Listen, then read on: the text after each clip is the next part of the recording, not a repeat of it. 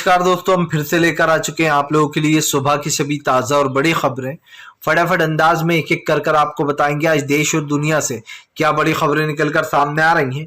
लेकिन उससे पहले दोस्तों एक नजर डालेंगे सुर्खियों पर। दोस्तों सबसे पहली जो बिग ब्रेकिंग निकल कर आ रही यूनिफॉर्म सिविल कोड के ऊपर भड़के असदुद्दीन ओवैसी, बोले मुसलमानों का हक भी उनसे छीन लेना चाहती है भारतीय जनता पार्टी। बताएंगे क्या कुछ बोला है। वहीं पर अगली बड़ी खबर में हम आपको बताएंगे दोस्तों एमसीडी चुनाव को लेकर भाजपा पर गरजे केजरीवाल, बोले बीजेपी पैसा खाने में नंबर 1, काम करने में सबसे जो है यहाँ पर फिसड्डी।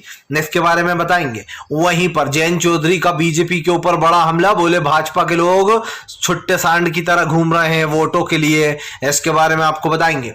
वहीं पर मैनपुरी लोकसभा की सीट के लिए दोस्तों डिंपल यादव ने ससुर की समाधि से लिया आपको बता दें आशीर्वाद। मुलायम सिंह यादव के बाद दोस्तों अब मुलायम सिंह यादव की सीट पर डिंपल यादव संभालेंगी कमान। वहीं पर अगली बड़ी खबर में हम आपको बताएंगे दोस्तों, जी दरअसल आपको बता दें भारतीय जनता पार्टी के ऊपर बरसे आप राहुल गांधी, बोले फिलहाल देश में महंगाई, गरीबी, बेरोजगारी सबसे बड़ा मुद्दा, पीएम मोदी के लिए नहीं है ये कोई भी मुद्दा। वहीं पर अगली बड़ी खबर में हम आपको बताएंगे दोस्तों, जी दरअसल आपको बता दोस्तों गुजरात में बीजेपी को कांग्रेस देगी बड़ी टक्कर। राहुल गांधी जाएंगे 22 तारीख को गुजरात। जी हाँ, 22 तारीख का दौरा करेंगे राहुल गांधी। वहीं पर अगली बड़ी खबर में हम आपको बताएंगे दोस्तों कन्हैया कुमार का बीजेपी के ऊपर बड़ा हमला, बोले पीएम मोदी कहते हैं कि मुझे गालियां बकते हैं, लेकिन चाचा नेहरू को भाजपा के लोग गालियां देते हैं, खुलेआम देते हैं। इसके बारे में भी बताएंगे। वहीं पर जयराम रमेश का बड़ा बयान, बोले राहुल गांधी की यात्रा से बौखला गए हैं पीएम नरेंद्र मोदी। इसके बारे में आपको बताएंगे। वहीं पर अगली बड़ी खबर में हम आपको बताएंगे दोस्तों, दरअसल आपको बता दें भारतीय जनता पार्टी और छोटा रिचार्ज बोलकर ओवैसी ने लिए बीजेपी के मजे, बोले हमें विरोध बता रहे हैं लेकिन हम विरोध से नहीं डरते। बताएंगे आखिरकार ओवैसी का भी दोस्तों प्लान क्या है भाजपा के लिए। तो सारी खबरें फटाफट अंदाज में देंगे, एक एक कर देंगे। फिलहाल खैर चलिए बढ़ते हैं सबसे पहली और सबसे बड़ी खबर की ओर। दरअसल दोस्तों आपको बता दें असदुद्दीन ओवैसी ने एक बार फिर से भारतीय जनता पार्टी पर हमला बोल दिया। ओवैसी ने बीजेपी को घेरते हुए कहा कि फिलहाल EWS और यूनिफॉर्म सिविल कोड सिर्फ इसलिए लाया जा रहा है दोस्तों यूनिफॉर्म सिविल कोड ताकि मुसलमानों के जीने का हक भी उनसे छीन लिया जाए। ओवैसी ने कहा कि भारतीय जनता पार्टी मुसलमानों के हर मामले में नाक अड़ाना चाहती है और वो जानबूझकर हिंदू और मुस्लिम करने के लिए देश में ये सब कुछ करती है। ओवैसी ने कहा कि फिलहाल यूनिफॉर्म सिविल कोड लाने की जानबूझकर बात की जा रही है ताकि मुसलमानों से उनका इतना हक भी छीन लिया जाए। आप समझिए दोस्तों यूनिफॉर्म सिविल कोड को लेकर जमकर घमासान मचा हुआ है। ये मामला कोई अभी का नहीं है, ये मामला बहुत पहले से चला आ रहा है। यूनिफॉर्म सिविल कोड को लेकर पहले भी सरकार घिर चुकी है।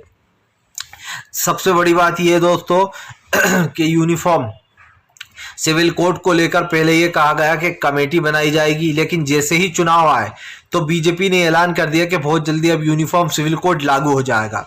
लेकिन ये सब कुछ दोस्तों राजनीति है और राजनीति में ये लोग कुछ भी कर सकते हैं। ओवैसी ने कहा कि बीजेपी बड़ी ही चालाकी से ये सब कुछ कर रही है। वो EWS यानी कि दोस्तों जो आरक्षण मिलता है जिसको सिर्फ 10% पे सुप्रीम कोर्ट ने सही ठहरा दिया कि ये बिल्कुल सही है, उस चीज को ओवैसी ने गलत बताया। और ओवैसी से पहले दोस्तों पूरी कांग्रेस भी इसको गलत बता चुकी है EWS को, आरक्षण वाले मामले को, जिसको लेकर EWS को लेकर जमकर भड़कते हुए नजर आए ओवैसी। ओवैसी ने कहा कि हम सुप्रीम कोर्ट की इज्जत करते हैं लेकिन इस फैसले को, क्योंकि दोस्तों ये फैसला आप भी जानते हैं कि उन गरीब, दलित और पिछड़े लोगों के खिलाफ है जो लोग बेचारों को आरक्षण ही नहीं मिलता है। ओवैसी ने कहा कि दलित भाइयों के बाद सबसे पिछड़ा इस वक्त इस देश में मुस्लिम है और उसको उसका हक भी नहीं मिल पा रहा है। और जानबूझकर भारतीय जनता पार्टी और दोस्तों भारतीय जनता पार्टी के फैसले को सुप्रीम कोर्ट ने सही ठहराया। जबकि आपको बता दें पूर्व जस्टिस यूयू ललित, जो कि माना जाता है कि गृह मंत्री अमित शाह के कभी वकील थे, उन्होंने भी गलत ठहराया। अब उन्होंने ठहराया ये तो वही जानते हैं, लेकिन आप समझिए बीजेपी के विरोध में कहीं ना कहीं वो भी उतरे थे इस फैसले के। और जिन जजों ने ये फैसला दिया है दोस्तों, अब आप समझ सकते हैं कि वो जज बीजेपी के बहुत बड़े पक्षकार ही होंगे। चलिए बढ़ते हैं एक और अगली बिग ब्रेकिंग की तरफ। बता दोस्तों अगली जो बड़ी खबर निकल कर आ रही है, आपको बता दें कन्हैया कुमार का बीजेपी के ऊपर बड़ा हमला, बोले पीएम नरेंद्र मोदी कहते हैं कि मुझे लोग गालियां देते, दिन भर गालियां देते, लेकिन कभी पीएम नरेंद्र मोदी ने कहा कि चाचा नेहरू को लगातार गालियां देते, भाजपा के लोग गालियां देते हैं। दरअसल दोस्तों आपको बता दें, चाचा नेहरू इस देश के सबसे पहले जो यहाँ पर प्रधानमंत्री थे। ऐसे में दोस्तों भाजपा के लोग आज भी चाचा नेहरू को गलत करते हैं, वो करते हैं दोस्तों प्रेजेंट, और कहते हैं कि चाचा नेहरू के फैसले की वजह से ही हमने हमारा कश्मीर खोया। कभी कहते हैं उनकी वजह से महंगाई बढ़ी। दोस्तों अगर चाचा नेहरू नहीं होते और उन्होंने आर्थिक सुधार नहीं किए होते तो आज हमारे देश में कोई सी सरकार नहीं होती। उन्होंने देश के लिए बहुत कुछ किया। कन्हैया कुमार ने कहा कि जब आपको गालियां पड़ती हैं तो आप जनता के सामने रोने लगते कि मुझे गालियां बकते, लेकिन जब आपके ही नेता चाचा नेहरू के ऊपर विवादित टिप्पणियां करते हैं, गांधी को गोली मारने वाले को पूछते हैं और गांधी जी को गालियां देते हैं, तब आपको कैसा लगता है मोदी जी? आप इस पर कुछ बोलते क्यों नहीं? कन्हैया कुमार ने कहा कि भारतीय जनता पार्टी बहुत चालाक है। आज इस देश में सबसे बड़ा मुद्दा महंगाई और बेरोजगारी है लेकिन वो इस मुद्दे पर नहीं बोलती। कन्हैया ने कहा कि बीजेपी ने महंगाई, गरीबी, बेरोजगारी जैसे मुद्दों को छोड़ दिया है। कन्हैया कुमार ने कहा कि हम सब जगह गए, तमिलनाडु गए, केरल गए, असम गए, इन सारी जगहों पर गए और महाराष्ट्र गए, जहां जहां से हम होकर आ रहे हैं सबसे बड़ा देश में मुद्दा महंगाई और बेरोजगारी है। बेरोजगारी ऐसी बढ़ चुकी है दोस्तों कि अब इसकी कोई कल्पना नहीं की जा सकती है। कन्हैया कुमार ने कहा कि देश की बढ़ती महंगाई, बेरोजगारी इस देश के लिए कहीं ना कहीं दोस्तों मुसीबत बनती जा रही है, लेकिन भारतीय जनता पार्टी इस मुसीबत को दोस्तों कम करने के बजाय बढ़ा रही है। कन्हैया यही नहीं रुके। कन्हैया कुमार ने कहा कि फिलहाल बीजेपी और उनकी तमाम सेना लगातार लोगों को ये बताते हैं कि हम नौकरियां देंगे, घोषणा पत्र जारी कर दिए जाते, लेकिन दोस्तों किसी को नौकरी नहीं मिलती। कन्हैया ने कहा कि प्रधानमंत्री नरेंद्र मोदी देश से माफी मांगे, उन्होंने देश को पीछे धकेल दिया 50 साल। जाहिर सी बात है दोस्तों, नोटबंदी, जीएसटी जैसे फैसले लागू कर पीएम नरेंद्र मोदी ने पूरे देश की आर्थिक स्थिति को हिला डाला। जो कांग्रेस ने 50 साल में खड़ा किया था वो नरेंद्र मोदी को सिर्फ 8 साल लगे बर्बाद करने में। आप समझिए, सरकार इसलिए बनाई जाती है कि रोजगार, महंगाई इन जैसे मुद्दों से लड़ सके, लेकिन यहाँ पर तो दोस्तों कुछ और ही चल रहा था। प्रधानमंत्री नरेंद्र मोदी के आर्थिक सुधार वाले फैसलों ने और देश का बेड़ा गर्क कर दिया। और कन्हैया कुमार की बातों में इसलिए भी दम है कि आप समझिए, जिस दिन गांधी जी का बर्थडे होता है उस दिन गोडसे जिंदाबाद के नारे लगाए जाते हैं। वो गोडसे जिसने हमारे गांधी जी को गोली मार दी थी दोस्तों, और ऐसे लोगों को पूछते हैं ये लोग। इसीलिए कन्हैया ने बीजेपी को घेर लिया और साफ साफ कहा कि प्रधानमंत्री ढोंग करते हैं, वो दुनिया को ढोंग दिखाते हैं कि मुझे लोग गालियां बक रहा है, लेकिन जब यही गालियां चाचा नेहरू को पड़ती हैं दोस्तों, तब पीएम नरेंद्र मोदी, गांधी हो या चाचा नेहरू हो, चुपचाप बैठे रहते हैं, कुछ नहीं बोलते। चलिए बढ़ते हैं एक और अगली पिक ब्रेकिंग की तरफ। बता दोस्तों, नामकरण से पहले ही डिंपल यादव ने कल ले लिया था ससुर जी मुलायम सिंह यादव का आशीर्वाद। डिंपल बोली, फिलहाल जो उम्मीदें लगाई गई हैं और जो हम पर विश्वास जताया उस पर खरा उतरेंगे। आपको बता दें दोस्तों, मैनपुरी सीट से मुलायम सिंह यादव जी तो अब इस दुनिया में रहे नहीं, उनका देहांत हो गया, लेकिन अब उनके बाद उनकी विरासत उनकी बहू डिंपल यादव को सौंपी गई है, उन पर भरोसा करके। आपको बता दें, अखिलेश यादव की धर्मपत्नी डिंपल यादव को मैनपुरी से खड़ा किया गया, और मैनपुरी में दोस्तों अखिलेश यादव की जो वाइफ है डिंपल यादव, वो जमकर प्रचार करने भी जा रही हैं। कल भी हमने देखा कि वो जो है यहाँ पर काफ़ी एक्टिव दिखाई दी। पहले अपने ससुर जी यानी कि मुलायम सिंह यादव का आशीर्वाद लिया है। अखिलेश ने कहा है कि उनको डिंपल यादव पर पूरा भरोसा है और वो अपने खानदान की साख सख्ता ज़रूर बचाएंगे। आपको बता दें दोस्तों, मुलायम सिंह यादव की लोकसभा सीट है जिस पर मुलायम सिंह यादव काफ़ी समय से बने हुए थे। हमेशा दोस्तों मुलायम सिंह यादव चुनाव जीतते आए हैं। ऐसे में अब अखिलेश यादव उस विरासत के मालिक है। आपको बता दें, अखिलेश ने भरोसा जताया डिंपल यादव पर, यह भी भरोसा रहा है कि फिलहाल डिंपल यादव एक अच्छा ऑप्शन साबित होंगी दोस्तों। क्यों होंगी? क्योंकि सब जानते हैं कि डिंपल यादव दोस्तों बहू है उनकी मुलायम सिंह यादव की, और ऐसे में कहीं ना कहीं उनको अच्छा सपोर्ट मिलेगा। आपको याद हो कि जब डिंपल यादव ने जया बच्चन के साथ जहां जहां प्रचार किया था वहां पर जो समाजवादी पार्टी जीती थी। अगर अखिलेश यादव डिंपल यादव को पहले से चुनाव में उतारते दोस्तों जब लोकसभा के हुए थे, तो शायद हो सकता था कि डिंपल यादव और ज़्यादा सीटें जितवाती समाजवादी पार्टी को। क्योंकि ये निकल कर आए थे सामने आंकड़े कि जहां जहां डिम्पल यादव ने प्रचार किया था समाजवादी पार्टी का, वहां वहां जमकर फायदा मिला था समाजवादी पार्टी को। तो ये कहना गलत नहीं होगा दोस्तों कि फिलहाल इस वक्त काफी साख सख्ता दाव पर लगी हुई है, खास करके अखिलेश यादव की, और अखिलेश यादव का ये भरोसा डिम्पल यादव के ऊपर अटूट है। ऐसे में ये देखना दिलचस्प होने वाला है कि फिलहाल अब आने वाले समय की राजनीति क्या कहती है। ये राजनीति दोस्तों किस ओर जाएगी, ये देखना दिलचस्प होने वाला है। और भारतीय जनता पार्टी जो भी पहले से कर रही है वो करती रहे दोस्तों, लेकिन फिलहाल जो हमें दिखाई दे रहा है वो एक चीज साफ है कि इस बार प्रधानमंत्री नरेंद्र मोदी और खास करके योगी आदित्यनाथ दोनों को ही बड़ा झटका लगेगा, क्योंकि अब राजनीति बदलने वाली है देश की। चलिए बढ़ते हैं एक और अगली बिग ब्रेकिंग की तरफ। बता दोस्तों अगली जो बड़ी खबर निकल कर आ रही है आपको बता दें दोस्तों, भारतीय जनता पार्टी को अरविंद केजरीवाल ने घेरा, बीजेपी के ऊपर बोला जमकर हमला। दरअसल आपको बता दें अरविंद केजरीवाल ने बीजेपी के ऊपर हमला बोलते हुए कहा कि बीजेपी पैसे खाने में नंबर 1 है लेकिन काम करने में सबसे ज्यादा फिसड्डी है। आपको बता दें बीजेपी को अरविंद केजरीवाल ने फिसड्डी बता दिया है। मनीष सिसोदिया ने हमला बोलते हुए कहा कि फिलहाल आम आदमी पार्टी कोई काम सही से नहीं करती, बीजेपी कोई काम सही से नहीं करती है। आपको बता दें मनीष सिसोदिया ने कहा कि बीजेपी सिर्फ एमसीडी का पैसा डकारे जा रही है और दिल्ली में कूड़े के ढेर लगे हुए हैं। आपको बताता चलूं मनीष सिसोदिया यहीं पर नहीं रुके, उन्होंने कहा कि बीजेपी काम करने में फिसड्डी है, वो कोई काम नहीं करती, सिर्फ जनता को घोषणा पर थमा देना और दोस्तों जो वादे किए जाते हैं चुनाव के खत्म होते ही उन वादों को भुला देना, ये बीजेपी की असलियत है। और यकीन मानिए दोस्तों इस वक्त बीजेपी पूरी कोशिश कर रही है कि वो एमसीडी के चुनाव में दोस्तों जीते, लेकिन आपको बता दें आम आदमी पार्टी का पूरा जोर है और आम आदमी पार्टी चाहती है कि फिलहाल एमसीडी में भी उसकी सरकार जाए। लेकिन दोस्तों जाहिर सी बात है एमसीडी के चुनाव को लेकर घमासान मचा हुआ है। दिल्ली में एमसीडी के चुनाव का ऐलान किया गया है, सब लोग दिल्ली के एमसीडी चुनाव को लेकर काफ़ी सतर्क हैं। ऐसा दूसरी तरफ मनीष सिसोदिया ने साफ कर दिया है कि बीजेपी की जो असलियत है वो लोगों के सामने आ चुकी है और बीजेपी अब अपना असली चेहरा लोगों को दिखा रही है। आपको बता दें दोस्तों एमसीडी चुनाव को लेकर ये घमासान खत्म होने वाला नहीं है, क्योंकि जाहिर सी बात है दिखाई दे रहा है कि फिलहाल ये जो मामला है दोस्तों ये लंबा जाने वाला है और अब इस मामले को लेकर कहीं ना कहीं सरकार पूरी तरीके से घिर चुकी है। बात है दोस्तों यूनिफॉर्म सिविल कोड हो या फिर जो है भाजपा का एमसीडी का मुद्दा, आम आदमी पार्टी हर मुद्दे पर बीजेपी को घेर रही है, क्योंकि शायद केजरीवाल भी जानते हैं कि उनका सबसे बड़ा फायदा यही है।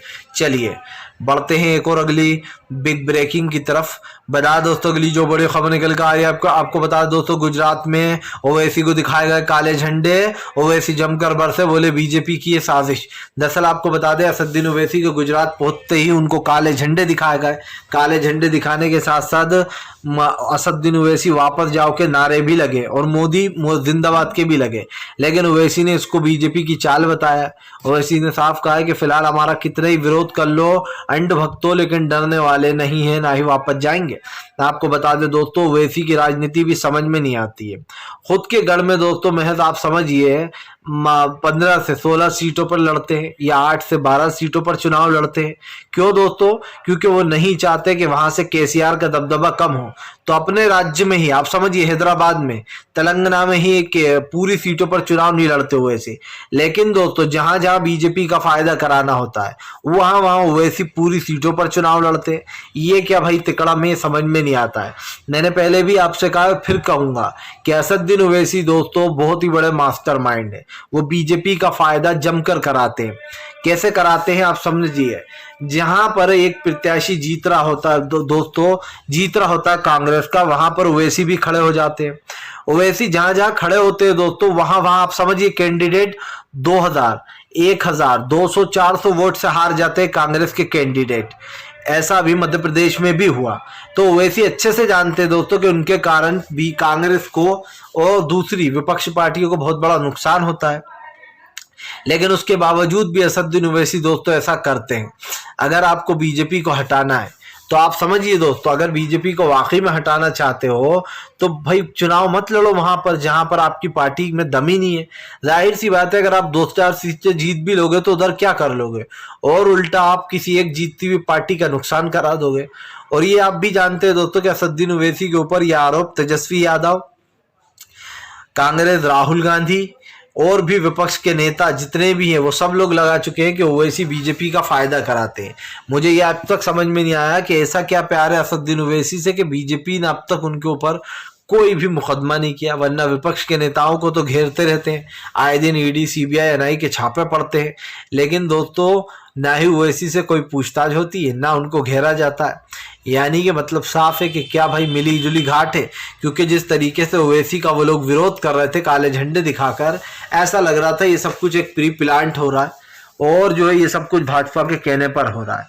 मैंने पहले भी कहा है फिर कहूंगा, मुझे क्लियरली ये दिखता है दोस्तों कि ओवैसी जो है वो बीजेपी का फायदा कराने पहुंचते हैं।